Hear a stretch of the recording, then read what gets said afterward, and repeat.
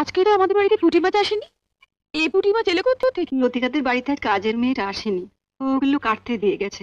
ওর নাকি আজ ঠাকুরপো এসেছে, সে নাকি পুঁটি মাছ খেতে খুব ভালোবাসে। এদিকে তো আমার অসুস্থ ছেলে খিদে জ্বালায় কাঁদছে, আর তুমি লতুর ঠাকুরপোকে পুঁটি মাছ খাওয়ানোর জন্য। সব কথাতে এভাবে হেসো না তো।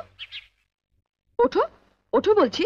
তুই তো লতুকে চিনিস, এসে যদি দেখে মাছ কাটা হয়নি। সে আমি বুঝবো, তুমি হাত ধুয়ে ছেলের কাছে যাও। না ছোট, আমি কেটেই যাব। তোমার অসুস্থ ছেলে দিব্যি বড্ডি, এর পরেও যদি তুমি একটা মাছও বটিতে ছোঁয়াও, তাহলে তুমি জানবে তোমার ছেলের গলায় বটি বসালে। এ তুই কি দিবি দিলি ছোট? ওঠো বলছি, এসো।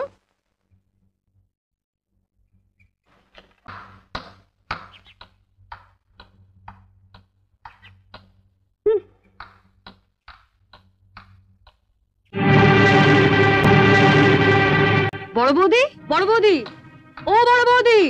বড় বৌদিকে কেন? দরকার আছে। কি দরকার আগে আমাকে বলো। তোমায় কেন বলবো? দরকারটা আমার ওর সঙ্গে। দাঁড়াও, সাগরে পৌঁছতে গেলে তোমাকে যে আগে এই ছোট নদীটা পেরোতে হবে ঠাকুরজি। সাগর? আজ আমিও দেখবো ওই সাগরে কত জল আছে। কি রেলো তু, কি হয়েছে? এত চেঁচামেচি কিসের? দেখো না মা, কতদিন বাদে আমার ঠাকুরপো এলো, বলে একটু পুঁটি মাছ খাবে। আমি সে কখন পুঁটি মাছগুলো কাটতে দিয়ে গেছি, আর তোমার বড় বউয়ের এত সাহস, ওগুলো না কেটে ঘরে খিল দিয়ে বসে আছে। আমি বড়দিকে মাছ কাটতে বারণ করে। তুমি বারণ করেছো? হ্যাঁ। কেন? মা, আমরা বাঙালি ঘরের মেয়েরা বিয়ের পর অনেক আশা নিয়ে স্বামীর ঘর করতে এসে ঝিয়ের কাজ করি, এটা আমরা মেনে নিয়েছি। কিন্তু তাই বলে পাড়া প্রতিবেশীর বাড়িতে ঝি না এলে তাদের বাড়ির ঝিয়ে কাজও আমাদের করতে হবে, এটা আমি কিছুতেই মেনে নিতে পারবো না। তো পুঁটি মাছ কাটতে পারে না বলেই না? সে কি মা, আপনার মেয়ে পুঁটি মাছও কাটতে পারে না? সেদিন আমি মোচা কাটতে পারিনি বলে আপনি বলেছিলেন এত বড় ধাড়ি মেয়ে হয়েছো, এখনো মোচা কাটতে শেখোনি? তোমার মামি তোমাকে একদিনে কি শিখিয়েছেন? হ্যাঁ মা, আপনার মেয়ে তো কম ধাড়ি হয়নি, এখনো পুঁটি মাছ কাটতে শেখেনি।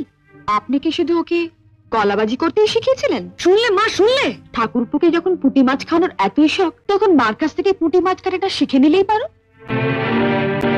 আর মাও যদি পুঁটি মাছ কাটতে না জানেন, তুমি রোজ বিকেলে আমার কাছে 4টে করে পুঁটি মাছ নিয়ে আসবে। আমি তোমাকে শিখিয়ে দেবো বটিতে ঘষে ঘষে পুঁটি মাছের ছাল কিভাবে ছাড়াতে হয়, কেমন?